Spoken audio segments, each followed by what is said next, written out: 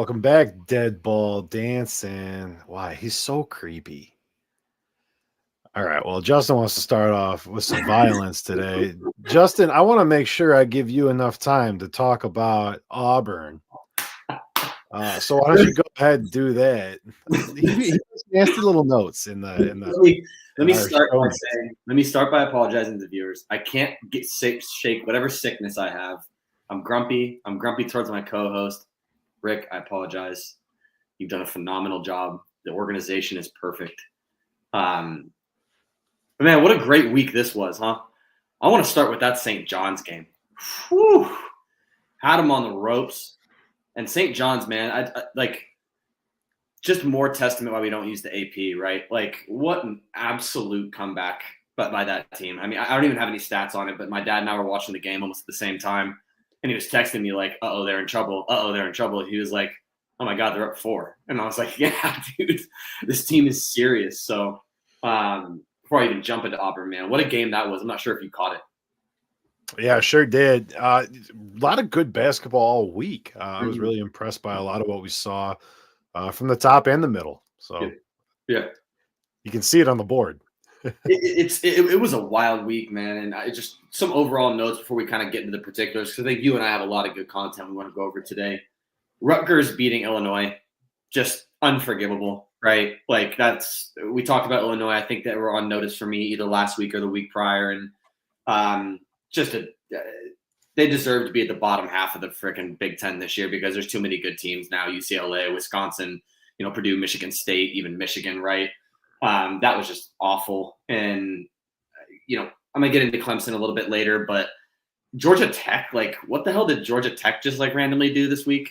Like, they're 11-13, and then they scored 89 and beat Clemson, scored 77 and beat Louisville. Like, that was incredibly interesting, right? Because I believe Clemson and Louisville are in our top 25s, I believe, right? Yep. Louisville at 23, Clemson at 14. Yeah, I should just look at the screen. And then, we're going to get into our favorites later on, but Purdue just keeps dog walking people. That makes me happy. They look pretty sharp, but man, what a good week. What about you? Well, I guess let me take that handoff right there and let's talk about the ACC really quick. Yeah, let's do it. Because Georgia Tech just kind of running through teams. I had Clemson and Duke in my rankings in a specific way. We talked about it a couple shows ago. Yep. And exactly what I thought was going to happen came to happen. Clemson now at number 7 for me, Duke at number 8. I'm going to allow them to play themselves up or down from there.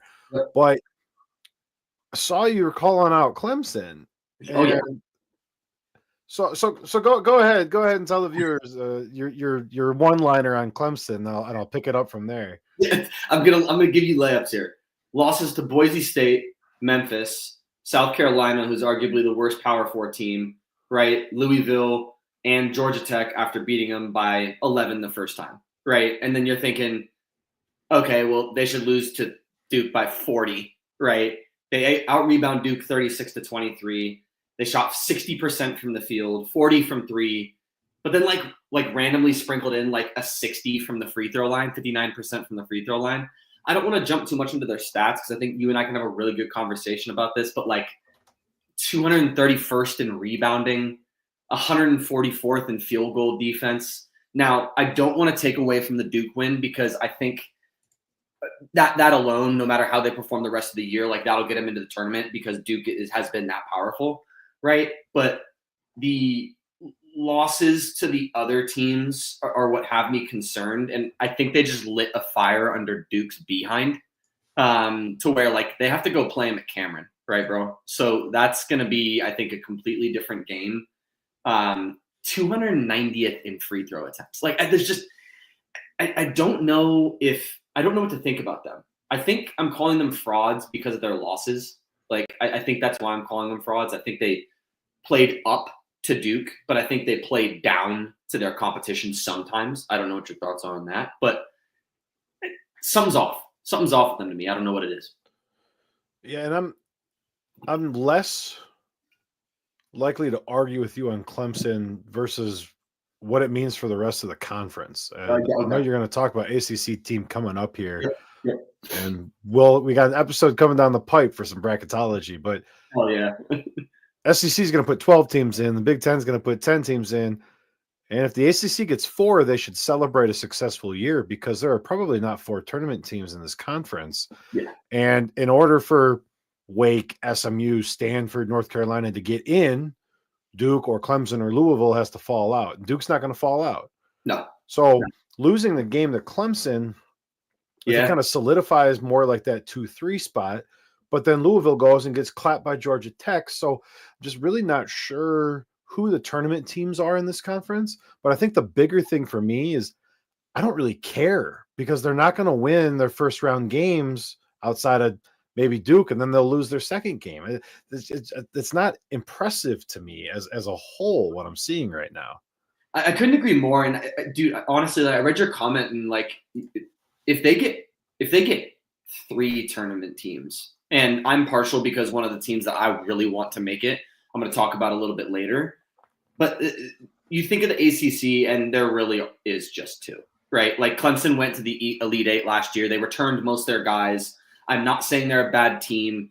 I'm just frustrated because they're just so inconsistent that like I think they could play to the Duke level every single time. And then you have Duke, who likely will probably get a 1 seed, I would assume, right? And then like there's just nothing else. Like this is not the Big 12, Big 10, SEC anymore. Like I would almost even argue that you can't even say Power 4 conference right now because like the conference with like VCU and Dayton and the Bonnies, like I would almost take some of those teams over some of the teams in the ACC right now. So I really liked your call out there. Let's talk Big 12 a little bit. Yep. Iowa State continues to free fall. This was a team we had number 1 in the country at different times on our rankings. Yep. They've looked really, really bad. Yeah. I don't know if there's another way to phrase it. They're shooting poorly. They're playing shit defense. They're losing tight games they shouldn't lose. What do you got on Iowa State? You know, they got that kid back, like the 6'10" firecracker that was hurt, got hurt at the first Kansas game, right? He came back and they won by 30. Now, I don't think his presence is the reason why they played like garbage for the last 2 weeks. I think, and I don't know if I'm ready to sell all my stock yet. I mean, just to be clear, I moved them from my number 1 slot down to my 9, right? And I think you did the same thing. You actually might have been a little bit kinder. You went to 11. I've got them at 11. Right. And deservedly, that's where they should be. Like you dog walked Kansas the first time and then just lost by 15. Like that's inexcusable, right? They still have a top 50. They're perennial top 50 across the board on all defense. Like regardless of how crappy they've played the last 2 weeks, they're high on the field goal percentage. They take smart shots. I'm not ready to sell all my stock yet. They're not going to win the Big 12. There's too many good teams in the Big 12 right now. And they're definitely not going to be a 1 slot in March Madness anymore. But I think they're going to start to put together at least a run so they can make some noise in the Big 12 tournament. But I don't see them more than a 2 seed. Now, granted, if they figure it out and they return to that form that they were prior to the guy getting hurt, they can make noise in March Madness, right? I think you and I both agree on that. So Big 12 is not going to be easy on the way out here. Arizona is all the way back, all the way up to 12 in our rankings. It's not just that they're winning games; it's how they're winning games. I've had the opportunity to watch 2 of their last 3, and sure, one of those was an ass whooping of Arizona State. But I mean, this team is back. This team is the team we thought they were preseason. Yeah, it just took them a little bit to get there. Yeah, and I think the when they beat Texas Tech, I believe they just recently beat Tech, right? Am I thinking about that correctly? When they beat Tech, I was like, oh Lord, like they might run away with the Big 12. I think they have, they still have Houston that they have to go through, right? But regular season, is there a better Big 12 team right now than Arizona? Like they're half a game back on Houston in the conference, and I don't know who wins that game on a neutral court right now, but I'm not entirely sure either because Houston, Texas Tech made Houston look a little bit vulnerable, and Arizona made Tech look vulnerable. So it's going to be interesting to see how that shapes up. But I mean, I issued a public apology to the entire University of Arizona and Caleb Love last week. So, and my wife. So I'm done talking about Arizona for now. Now I want to switch to another big guy that you and I haven't talked about at all this season, and probably the best team in the entire nation still, in my opinion, even though they slid down to 4, Auburn. I still have confidence that Auburn is probably going to be a 1 slot in the tournament. I still have confidence that they're probably going to get the SEC tourney, maybe not the regular season, but I think they'll come out of the SEC tourney. But you kind of saw that loss coming. Like, I don't know how to explain it. They beat Texas by 5. They only beat South Carolina by 3. They beat Georgia by 2, Tennessee by 2, and then Ole Miss by 10. And then, like, you just kind of felt during that stretch that, like, they just weren't – they were almost feeling like they were disinterested because they won so many freaking games in a row. We know that happens to teams, right? Like, you get in such a groove that it's like you just expect to win. I think they got to that point, right? In the last 5 games, not including the Florida game, I apologize, they scored less than 73 times, and they hadn't scored less than 77 their entire non-conference schedule, which we know they played, right, Iowa State. They played a good Purdue team, right? So they just – we knew the SEC was going to be tough, right, Rick? But it just felt like it was coming. The thing that worries me is, like, if their three-point shooting gets cold, right, they don't go to the line. Like, they don't go to the line at all. They're 171st in made free throws a game at only 13, and they're 88th in percentage at 74%. They're 210th in the country in free throw attempts. I had no idea.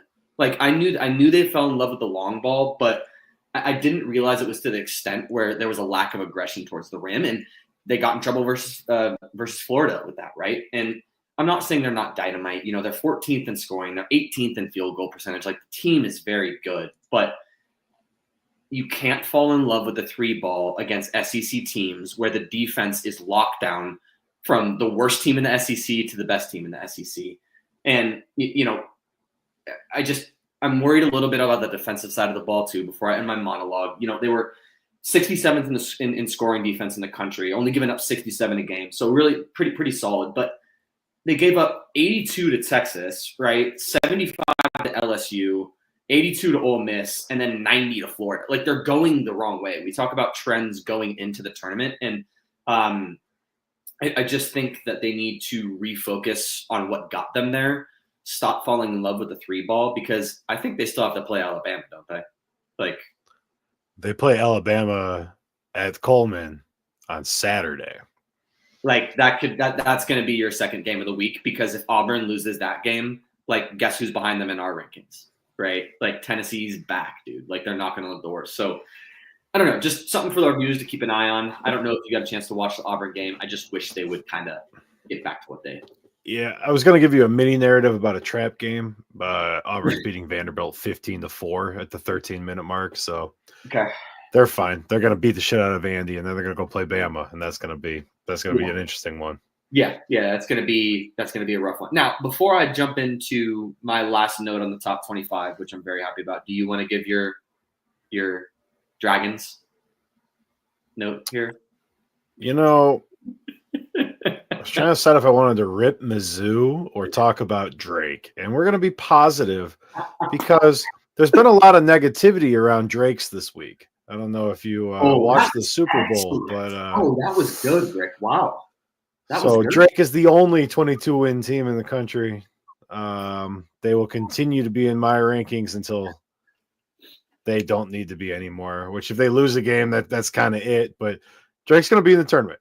Drake's going to be in there, and I'm excited to watch them play real teams again. You know, they had a pretty good schedule early, but obviously they're just kind of beating up on the little sisters of the poor right now. So if they don't win their conference tournament, do you think they still make it? I do. Yeah, I think they've done enough to be in at large. I think it might depend on how they lose their conference tournament, because I guess the one downside to being the juggernaut best team in your conference is if you go out in like the first or second round and it's embarrassing, that might be enough to be like, well, no, they're at large. bid really isn't that impressive, but I don't think that happens. So I think if they like lose in the championship game, they're still in. Probably a semifinal game, they're still in. They've looked really good. They have more wins than anybody, so it's really hard to look at it on paper and say they don't belong. Yep. Yeah, agreed. I'll get my last one out of the way before we talk about Mizzou. UConn dropped out of our rankings, dropped out of the AP. I don't know if they're out of the KenPom. I'm really hoping they are. There's no way. You don't think so? Well, I think they should. I'll find it in a second. For unbelievably catastrophic, obnoxious, negative Nimrods. That's what I'm calling UConn now. Jesus, that's so complicated. Yeah, it did fall at 34 in KenPom, so they're beautiful. Out of there. And they deserve it. And what I'm realizing about this team too, Rick, is I'm realizing that Donovan Clingan and Stephon Castle might have been the best 2 NCAA players of all time, because what the hell is this team without those two?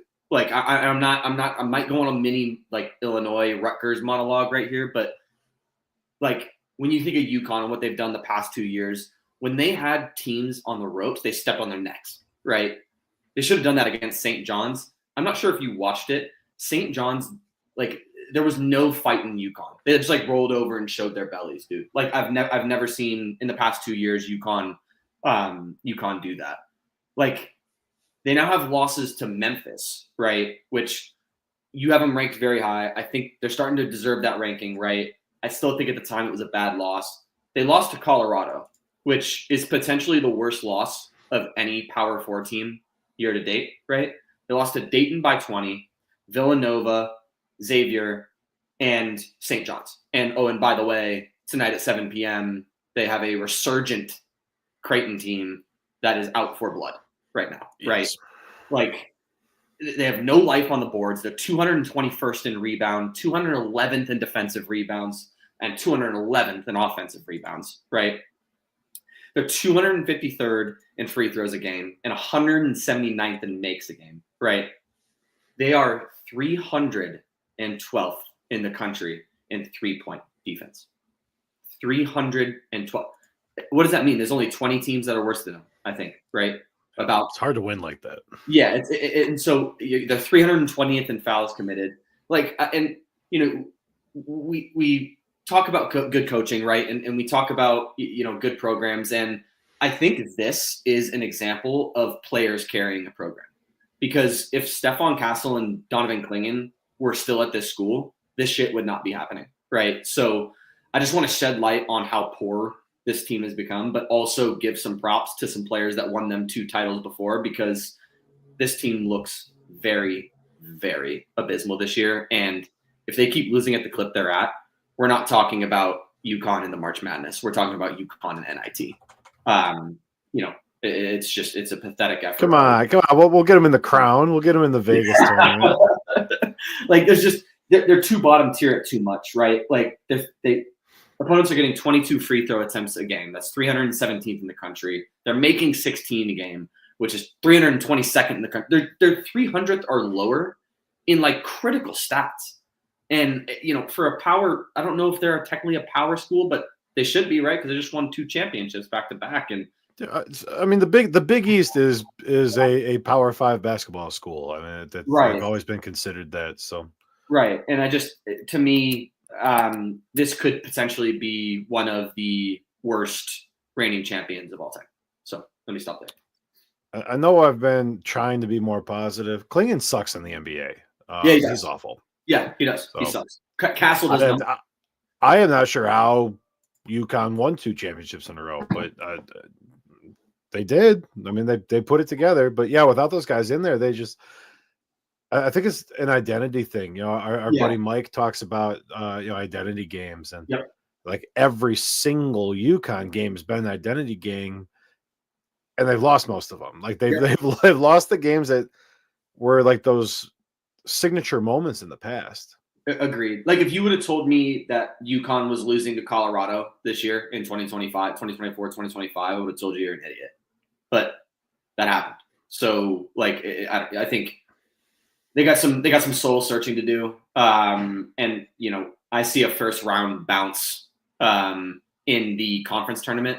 And if the media decides that they want to play Santa Claus, I guess, this year, and make them get into March Madness, I see them bounce in the first round there too. So the problem is Seton Hall sucks. I need to look up the Big East, but I think the top 4 get buys. So like UConn or Nova. Yeah, so like UConn or Nova or pull Seton Hall. And like Seton Hall is abysmal. They are really bad. I'm just trying to see if I can. All right, well, you look that up. I can't remember. I thought the top 4 seeds got a bye because there's 12 teams. St. John's. No, Creighton, there's 11 teams. Damn. Is there 11 teams? There's 11 teams. There are 11 teams in Seton Hall. So the top 3 get buys. The top 3 gets buys. So yeah, so UConn will play Seton Hall. So I mean, they're not going to lose to Seton Hall, but I think your point stands. Like because they would lose to DePaul or Butler. Like, they could lose to they could lose to Providence, Xavier, Georgetown, and Villanova, and they're all technically below them right now. So, yeah. Anyways, we'll have a conference preview show coming up real soon. I sat down, haven't had a chance to yell at Justin about what our schedule looks like yet, but we will because I am a degenerate gambler and I bet every single tournament game for every single conference. I have a pick league I've been in for a long, long time. So the ones that are happening like Tuesday morning at 8 a.m. in a conference you've never heard of, I got action on. So we're going to talk about that a little bit. But before we move to our teams on notice, Mizzou is a team we've talked a lot about. And obviously they've had a tough run of things over the last week and a half here, all the way down to 18 in our rankings. Are you concerned at all about Mizzou, or is this the SEC kind of beating up on itself? I really like the question, man. I think we knew coming into the SEC conference play, right, there was going to be some natural attrition, right? Like teams were going to fall, teams were going to rise. You know, I had Bama down to like 8 in my rankings at one point. They're number 1 team in the nation right now for me, for both of us. I apologize. So I think this is just going to continue to happen. I think they have a lot of very, very good wins. And they've proved to me that they could do it. In my particular rank, and I like the way that they play. Before I get like into the rankings for me, it's like they're first in free throw attempts, they're first in free throw makes in the nation, I think, are like in the top 2 or 3 or something like that, right? They don't take a lot of threes, they get downhill, they get the ball inside, they're forcing like 11 turnover, like 13 turnovers a game, 10 of them are steals, which is like in the top 10 in D1, right? So I think they're still doing a lot of really good things to the point where I'm not ready to sell my stock yet.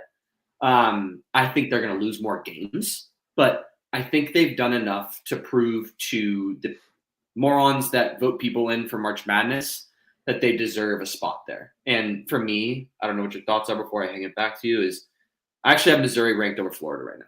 I think Missouri has been a bit more consistent. They're more pleasing to the eye for me. They work the ball around. It's not so much ISO. That's obviously subject to change, but I'm going to wait it out. What do you think?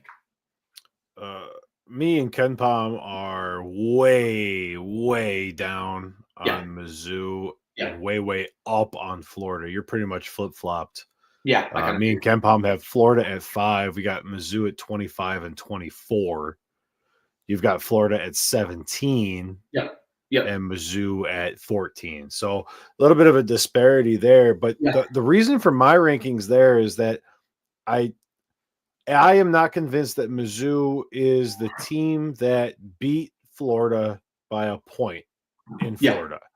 I don't think they're the team that whooped the shit out of Mississippi State.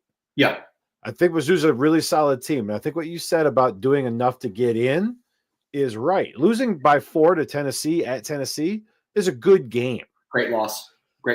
I am concerned that losing by 3 at home to Texas A&M, playing Arkansas close until the last 5 minutes of that game, playing Vandy close on your home court. I'm concerned that those games, the Texas game, I'm concerned that those games are more indicative of who they are. And they've got a Georgia team that's come back down to earth, but looked really, really good at times. They've got Alabama, who is Alabama. They'll beat Arkansas and South Carolina, but then they have another Vandy team that matches up really well with them, and an Oklahoma team with nothing to lose at the end of the season. And then they end with Kentucky. So I think for me, and again, I've talked about how I do my rankings a few times this season. Yeah. I have Mizzou at 24 because I'm not convinced that's not who they are, right? Yeah. So I don't think they drop out of my top 25 for year-end rankings, right? Yeah. If you lose to Oklahoma, sure, yeah, Yes. you'll be out of my rankings next week. Yeah. But if you play Alabama tight and you beat Arkansas and you beat South Carolina, you'll probably be right back in there because they are a tournament team. Yep. They are the 8th best team in the SEC at worst. Right. So for me, like that's where you're at. Like I can't talk about how we're going to put 12 SEC teams in the tournament and not have Mizzou in my top 25. Yeah. Yeah. I really like your explanation. I can't argue with that. Man, they got some quality wins, dude. I'm not even looking at their SEC schedule now. Like, beat Kansas, right? The Illinois loss looks pretty crappy right now. Beat Florida. You beat Ole Miss, who looks phenomenal right now. You dog walk Mississippi State, and then you play Tennessee and A&M close. Yeah. Here's a question for you. Does South Carolina win another SEC game? Sorry, win a SEC game because they haven't yet. They got Ole Miss, Florida, loss. LSU. I can see the LSU game. I can see them winning the LSU game, but LSU hasn't looked that well. Yeah, they're 1-9. If they win a game, it'll be that one, but they're not going to win the rest of them because it's all buzzsaws. I mean, they're not going to beat. They have to play Vanderbilt. Yeah, no, I don't. I mean, LSU. I would say that's it. I'm looking at that Arkansas game on the first. They're going to get Calipari, bro. Yeah, I think they might. Yeah. I think Arkansas just beat. We're going off on a tangent, but didn't they just beat? Beat Kentucky and Texas back to back. Played Bama really, really tight. They might have to start getting a look from me here now that I think about it. 3-7, I don't care, but if you're like a coaching matters guy, like Arkansas could jump up and take some of these. They got A&M, Auburn, Mizzou, who are all AP ranked next 3 games. Yeah, it's not crazy to say they win one of those. No, not at all. Dude, A&M's a freaking. I didn't want to talk about A&M this week because I think we've talked about them enough. But A&M's scary. They're starting to look scary. So keep an eye on that. All right, talk to me about K-State. Tell me about K-State. Kansas State, man. What the hell, dude? I'm just so confused. 5-game win streak.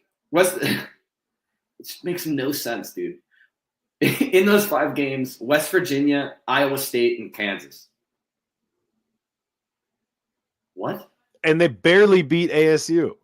What? But they were down by 20 in the first half against ASU. Yo, I like this team. I like the way they play. Year to date, they're at 73 points a game, which is 196 in the country. 5-game win streak, they're almost at 80, right? Year to date, only averaging 46% from the field, which is 136 in the country, so not great. 5-game win streak, they're all the way up to 48%, which would be tied for 38th best in the country. This is freaking diabolical. I've never seen a stat like this. They can't shoot threes, right? They're at 36%, which is 90th in the country. And they're at 9 threes a game, which is also 90th in the country. 5-game win streak. They've made 11 threes a game and shot 45% from 3. I don't know what the hell the coach said to them. I really have no idea. But this team has completely flipped the script on their season. And I think they're giving themselves a chance to get an auto bid here. Screw the Big 12 tournament. Their strength of their wins are absurd. And we talk about trends going into March Madness. My God. And, they share the ball well. They're 32nd in the country in assists per game. 5-game win streak, they're all the way up to 18 assists per game, which is 13th in the country, right? And then you look at their defense, right? They held Iowa State to 60 and West Virginia below 60. Kansas to 73, right? And in the 5-game win streak, they've only allowed 64 points a game, which would be 21st best in the country. They're year to date, they're horrible at field goal defense, right? But they held in the last 6 games, including a loss to Baylor, they held teams below 39% 5 times, with the only blip coming against Kansas, where they shot 50%, and Kansas State still beat them, right? They can't play defense on the perimeter. These are all things that I just learned about this team, right? 290th in the country, Rick, in 3-point defense, right? Held West Virginia to 19%, Oklahoma State to 30%, ASU to 32%, and Kansas to 30%. Like, they're on notice for me because I don't know who the hell they have coming up, but I want people to keep an eye. Arizona in 30 minutes. Yeah. That win streak might come to an end, but even then, like, you talk about their last 6 games then, and they're going to be 5-1, and then after Arizona, they have BYU. Like, sorry, let me make sure I'm calm here, but like, you look at the way BYU and the way Kansas State are playing, like, Kansas State can win. Looking at our viewers, he's watching. Yeah, no, I know. He's probably going to, I'm going to get a text here in about a couple minutes, but like, I don't know, dude. It'd be interesting to see. I'm not too concerned about the Arizona game. I think Arizona will win that. But that BYU game, if they lose to Arizona close and then win against BYU, you're then 7-1 in your last 8 with Utah, Arizona State, Colorado, and Cincinnati all in a row. And half of those are at home. Like, watch out, man. This team has completely turned itself around. So I watched some weird basketball this week, and I thought to myself, I'm trying to bring to our viewers just like a different perspective, because I know that a lot of people won't dig around the bargain bin on ESPN Plus and pull games out to play, but I do, because I'm trying to poison my buddy Riley's mind into loving college basketball. There's no better way to do that than with mid-majors, and in some cases low majors. I guess we need to, that's something we need to do, you and me. We need to name the teams that aren't mid-majors, like the Big South and the NEC. Like, we need to come up with a fun name for what those conferences should be called. If Power 4 teams are playing like crap, can we move them down to low major? Yeah. Okay, then I'm in. And the ACC is already a low major, to be fair. Whatever we name it, it's already down there. And Colorado. I want to talk to you, dear viewers, about the High Point Panthers. And what's cool about the Panthers is that they are the 28th ranked offense on KenPom. What? 28. And they've done work in conference play. Okay? Really? Yes. Wild. So the bad thing is that they are 260th on defense. They just that'll do it. Yep. They don't care. They just do not care. They are first place in the Big South. They are going to win. UNC Asheville, who? Yeah, High Point is going to win this conference. High Point is going to win the regular season title. They're going to win the tournament. They're 21-5 this season. Whoa. They did work in their non-con. And sure, the teams that they played, maybe not the greatest teams. I've got, let me very quickly just run through some of these. American, Old Dominion, Hampton. Oh, was like Colgate in that conference? Yeah, a team called Pfeiffer. What conference is this? This is the Big South. Presbyterian? Holy yeah. University of South Carolina upstates in this conference. Radford's in this conference. So Gardner-Webb.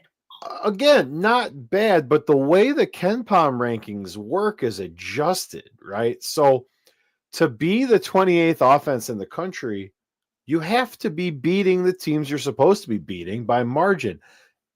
And they are. Like I said, first the Big South, they are 29th in the country in 2-point shooting. This team shoots the lights out inside the arc. And sure, maybe it's because the kids they're playing against shouldn't be playing college basketball at the D1 level, but they are. UNC Asheville, they just got in a boat race with them like 2 days ago. Both teams triple digits in scoring. Okay. What? I am not telling you this because you need to care about High Point. I am not telling you this because High Point will win the national championship. I am telling you this because High Point is going to be a 14 seed. And the threes should be scared to death. Scared to death. A free falling Iowa State team that pulls a 3 seed that's play High Point, you better put on your big boy underwear, because if you play the way you've been playing the last 2 weeks and High Point shoots 95% from 2, you lose. You lose that game, and you're shooting 95% from 2. No, they're not. But if they did, right, they're shooting a 76% from 2 in the last 4 games. Holy crap, dude! They don't miss. They don't miss. And I understand the level of talent is different. This is the Big South. But if you are sleeping through the end of your conference schedule and you pull this team as a 14 seed, you need to show up, because High Point will beat you. High Point will beat you, and they're Purple Panthers, and you will be a laughingstock forever. Forever, because tournaments stand forever. So High Point is on notice, not for High Point, but for the 3 seed that pulls them. You better know who High Point is, and you better take them seriously, because Iowa State, Michigan, Kansas, this team will shoot better than you inside the arc. And if you don't take them seriously, they'll win a game. I don't think our viewers were anticipating anything from the Big South today. But you're going to go even a more obscure direction with your next one. So let me get the big boy out of the way here. SMU. I forgot this was a school before their football team decided to absolutely smoke everyone this year, with the exception of whoever they lost to in the college football playoff. Watching Penn State, Big Ten. Was it Penn State? Okay. Yeah.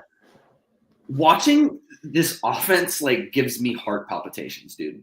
They move so goddamn fast, and they are so explosive.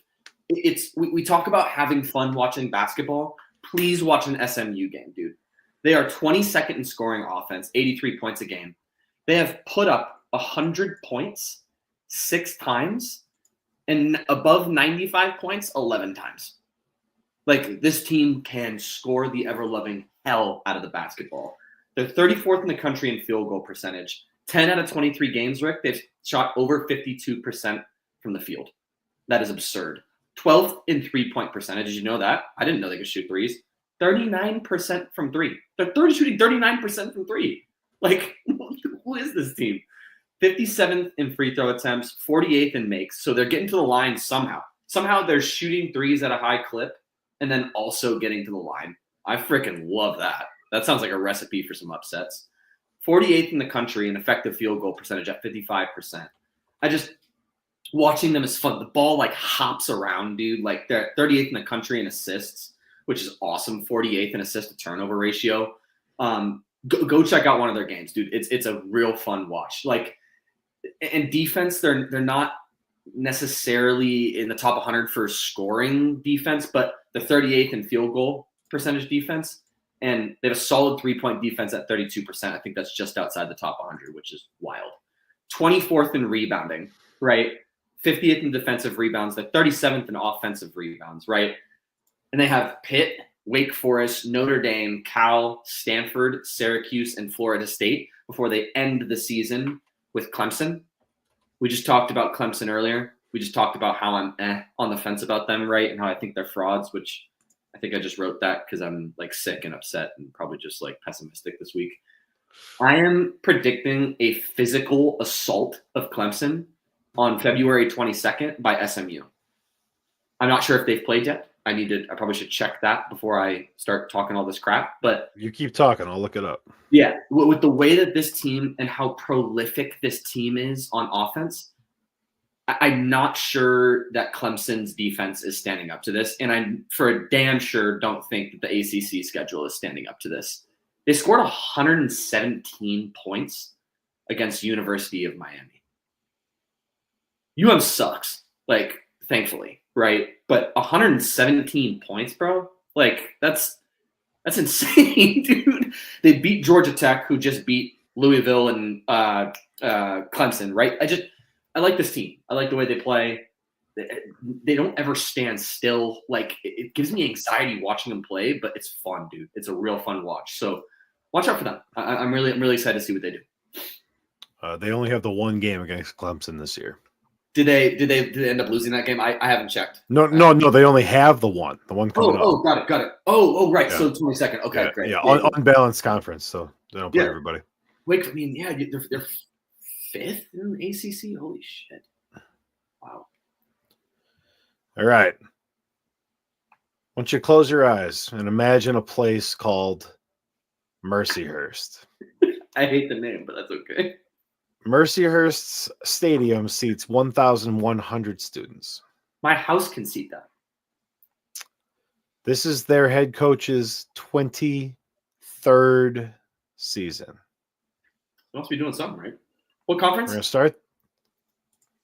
This is the Northeast Conference. Thank you. Keep going. The power of the Northeast Conference is Central Connecticut. But this conference is very far flung. This is Loyola and Farley Dickinson, who you should know, Justin.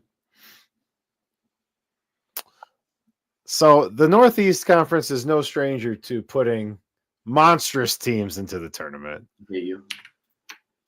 FDU beat Purdue, for anyone who doesn't know. Okay, so Mercyhurst. This team is 8th in the country in free throw percentage. 8th.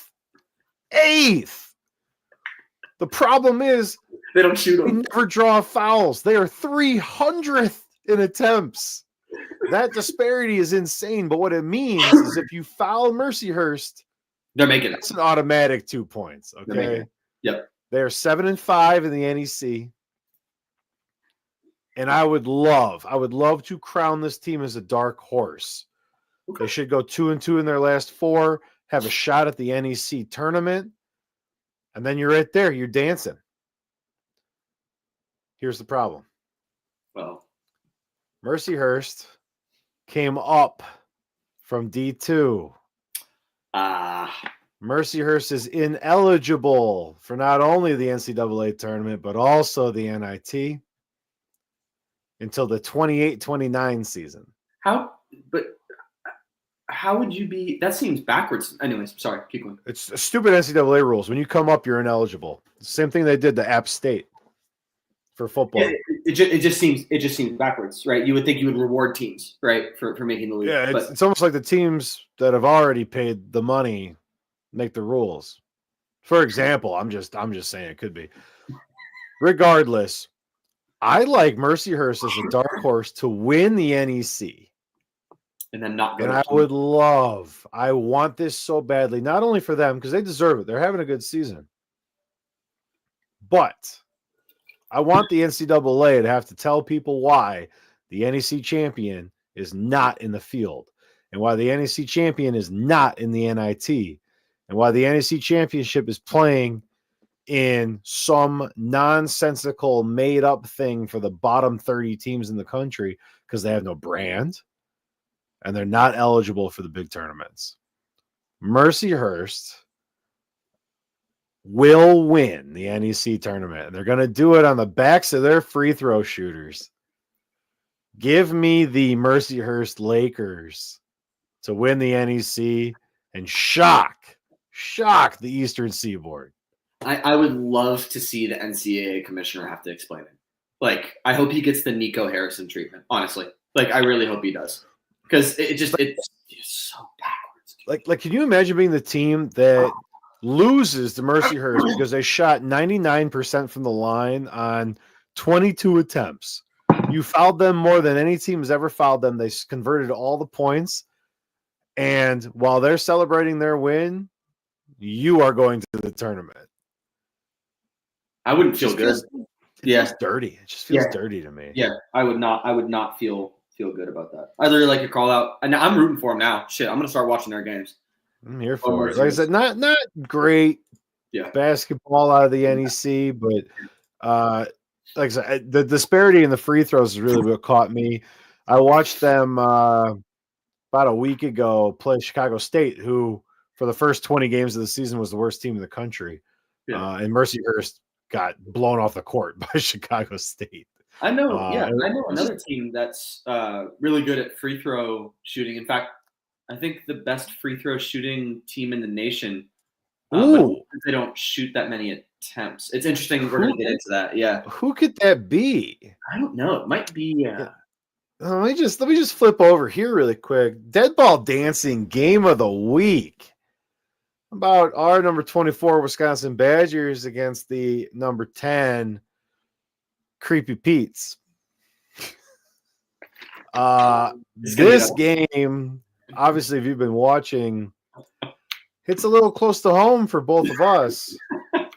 Maybe not the best game of the week, but not a bad choice for game of the week. But just because it's our teams, this had to be it. Had to be it. Now, can I do something really quick before we talk about this? Because I want it to be colored by our commentary. Yes. Let's bet on this game.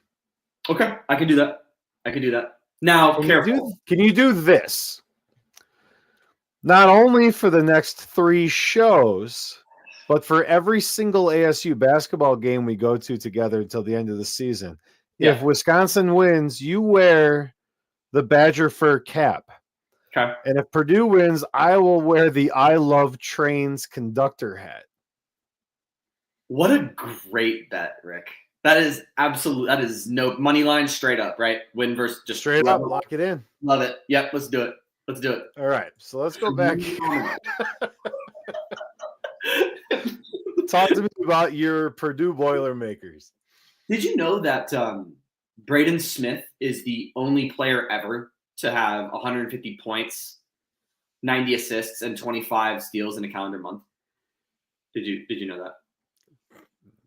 Nope, I can't say it's ever crossed my desk. I was just curious if you knew that because I think he's going to dominate the Wisconsin backcourt, and I don't think it's going to be particularly close. I think you and I have a lot of good points. I'm not going to make this contentious. So, I think the things that Wisconsin needs to do, right, to win the game, Purdue happens to be very good at. Let me just give one example. I have a lot of data here, but I just want to give one example because I want to make this a conversation rather than just me talking, right? So first in free throw percentage, the Badgers, right? 84% by a long shot. I think they're first by like 3 or 4%. They're unbelievable at the line. 20th in free throws made, right? But they're only 100. They're 115th in attempts, right? So only getting 20 attempts per game. Now, Purdue, right, is only averaging 15 fouls a game, which is 44th best in the country, right? And only allowing 11.6 free throws a game, which is also 46 or 44th best in the country. And the attempts are only at 16, which is 47th best in the country, right? You and I both know that the games that I've watched for Wisconsin, and keep me honest, I don't think Wisconsin likes to be sped up. I think they like the game to be slowed down. I think they like to get to the line, right? They like to take their time to get into their sets, right? Purdue's averaging 7.2 steals a game, with Braden Smith having like half of those, right? I'm interested to see the dynamic of backcourt versus backcourt. Because if it comes down to that, and it comes down to the perimeter, where Purdue has the 37th best three-point defense in the nation, right? Only allowing 30% from the field. I'm not saying it's going to be a blowout. I think it's going to be very close. In fact, I don't even know which way I'm leaning on this game, honestly, Rick. I really don't. You're so full of shit. Yeah, I do. It's going to be closer than what I initially think. I'm interested to see the backcourt versus backcourt. What is your initial thoughts before I dive in? First off, model says 4.5. Purdue? Yep. Okay. Purdue is the better team. to be clear. Yep. I would agree with that. But they are vulnerable. Yeah. They have in several games this year, they've gotten exposed early, gotten into foul trouble early, have faded from the fundamentals. They're an objectively bad free throw shooting team. If this game slows down, there is a chance. You are 100% right that the Badgers like to run their sets, don't like to be bullied into doing what the other team wants. Fortunately for the Badgers, they're very, very good at doing that. If Purdue plays their game in the first 10 minutes, Purdue wins this game, and I don't think it's particularly close. Yep. If Purdue can't install their package early, there's already a blueprint for this. Penn State bullied this Purdue team in exactly the same way the Badgers are going to try to. Force mistakes early, play Badger ball, get Purdue's big names into foul trouble. They pull their players when they get in foul trouble because they have a tendency of getting into more foul trouble late in games. So if you get 2 fouls on a guy in the first 12 minutes, you might not see him again until after the half. That's the situation that the Badgers are going to need to win this game. Purdue is better. Yeah. If they can slow this game down and get through Purdue's starters and get those guys on the bench, the Badgers have the advantage in this game.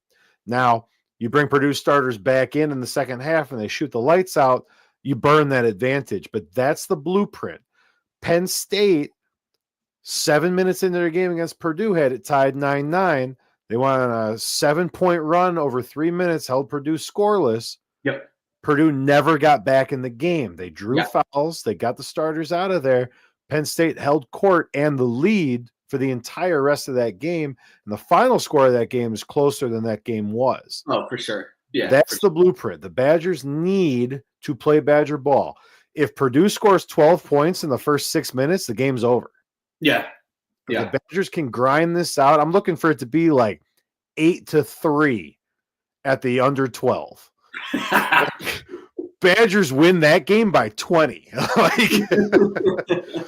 Unlikely to happen, right? But for the Badgers to have a chance, for the Badgers to beat objectively top 10 team in the country, that is what has to happen. You have to force those fouls. You have to play tight in the paint, and the threes need to foul. The Badgers get turned inside out sometimes. They need to have the Boilermakers so afraid in the paint that it opens up those 3-point shots, because the Badgers can hit those, but only if there's nobody within like 3 feet of them. So get them afraid in the paint, open up that perimeter shooting. I think the under 12 determines this game. Yeah. If the Badgers are within striking distance at the under 12, they're going to be within striking distance. If Purdue is up big at the under 12, it's done. Yeah. Yeah. I think the Penn State game, I still have nightmares about that one, honestly. And if there's a team that can replicate it, I know it's going to be Wisconsin. You know what else I was thinking about, dude? Like, you think about Purdue and Wisconsin, and you think how like holistically well-rounded they've been on the offensive and defensive side of the ball, right? And I think this might be the first matchup between Wisconsin and Purdue that is a offense-based matchup. That's what I'm interested in. Like, and if it becomes that, like, and the Badgers can't get us into foul troubles, and they're not getting to the line, I think it could get lopsided with the Badgers making a push late, right? Because the Badgers defense, I think, is what worries me more than anything else. Like, historically, Wisconsin has been a unbelievable defensive team. Like, all of your tournament runs were predicated on your defense. You and I both agree on that, right? But, you talk about the things that Purdue is good at and how that happens to be the things that Wisconsin's bad at, right? Like, Purdue is third in the nation in threes, number 1 for Power 4 schools, right? And Wisconsin's 3-point defense is 121st in the country, right? So it's like, I think it's going to be all down to the perimeter. Can the Badger guards get by Braden and Kaufman-Wren and get those two in foul trouble? Because if they do, then you guys blow us out. But if it opposite happens and Braden gets into the interior and has 13 assists like he did against USC, dishing out for threes in the corner like it's nobody's business, I don't see a way that Wisconsin overcomes that. But I like the line of 4, man. I can see this game going down to the wire. I want to say Purdue ends up winning by 8, but I don't think it's more than that. And Wisconsin's problem is that they are the team that beats Ohio State and blows out USC and then loses a crazy game against UCLA and then blows out a resurgent Nebraska team and then loses to Maryland for no reason and then blows out Northwestern but lets them back in the game late. And like they're all those things, right? I mean, obviously you can't cherry pick the season, right? Yeah. But if Wisconsin doesn't lose to ranked Michigan, ranked Marquette, and Illinois back to back to back, this is a top 10 matchup in the AP poll. Yeah, it is. Yep. And that's something the Badgers can never get away from because they're the team that goes out there and goes to the Final Four and beats Blue Bloods like it's nothing. Agreed. And then they'll lose a game that they really, really shouldn't lose to like Detroit Mercy or some trash team like that. And this kind of game, this game against Purdue is this game is not a program-defining moment, but games like this are a program-defining moment. And the Badgers are 50-50 in those games. Yeah. And they win the ones that they shouldn't, and they lose the ones they should. And it just, there's this amorphous space in the middle, and like that's Badger ball. And it sucks and it hurts to watch. But it's like I keep looking at this game, and it's like what would make the most sense for like the Big Ten and for my Badgers, right? Yeah. And it's that they beat Purdue and then get blown out by Illinois at home on Tuesday. And like that's the Badgers. Like, yeah, give me Badgers by 4 against a really, really good Purdue team at Purdue. Yeah. It's like, yeah, Badgers are in the driver's seat. No, they're the second best team in the Big Ten. Like, let's go. And then they lose by 15 to Illinois in Madison. And like, that's the thing. Because I know it's not going to happen. They're not going to lose tight to Purdue and then win tight against Illinois. I know that's not going to happen. So there's only a couple other possible outcomes, right? So it's like I back myself into like, okay, so which weird, crazy thing is the Purdue game? And I think that's that's the outcome. Like they hold court on defense and win a tight game against a really good Purdue team. Yep. But what I will say is if they win this game against Purdue, they will lose to Purdue in the Big Ten championship. Yeah, not the championship, in the tournament. Yeah, however that'll fall out. Because that's how this works. I've been a Badger fan for 20 years. It's how this works. Agreed. It'll be fun. This is a fun one, man. I think this is my favorite game of the week just because we both have personal stake in it, a bet in it. Let me put the hats back up. Yeah, there it is. So, I want to know in the comments, I know what my dad's going to choose. That's an automatic vote for Purdue. But our viewers, please put in the comments who you think's going to win this game and who you want to see wear the hat more. Screw who you think's going to win the game. Who do you want? Do you want to see me in the Badger hat or do you want to see Rick in the I Love Trains hat? I got my vote. I looked at the reviews of this I Love Trains hat, and it's impossible to look good in the I Love Trains hat. You can barely see it on the front, but it's a choo-choo, for lack of a better term. Like that's what I want. Yeah, that's like like an animated train, and it's Yep. Good week, man. This is gonna be a fun one, man. I can't wait for this. I literally cannot wait. Yep. So this will be the game of the week on ChainLink. Lit up all pretty for you. Dead ball dancing game of the week. But this is a pretty stacked week. Starting with tonight's games, there's a whole bunch of good games. I think Bama Texas is tonight. Is the huge one tonight. But obviously some of the other ones we talked about fall into the week here. So make sure you're playing ChainLink, free to play, easy to play. Real clean, real quick. So this will be the official game of the week on Saturday. We're out of the football season now. So I mean, basketball stands by itself here through the end of March Madness, really. I think we need to turn on some basketball. Vanderbilt's within 2 at the half. Mississippi State is beating Florida. Kentucky is dog walking Tennessee. Purdue's up by 2 at the half. Iowa State's up by 2 at the half. My play of the day was Tennessee. So sorry to anyone who follows me from my old life and still subscribes to my picks because I've lost you money this year and I apologize. Yeah, and my dad just texted me Rick in the train hat.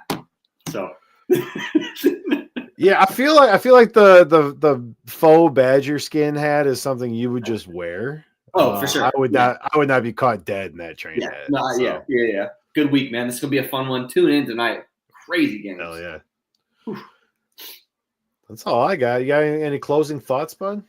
No, I think I'm good. ACC sucks. Go Mercyhurst. If you take one thing away from this entire episode, go Mercyhurst. So what Justin's saying is our entire episode boils down to go Lakers. Yeah, exactly. Good one, man. This was a fun one. Hey, Deadball Dancing, thanks for joining us. We'll see you guys real soon. Have a good one. Peace, y'all.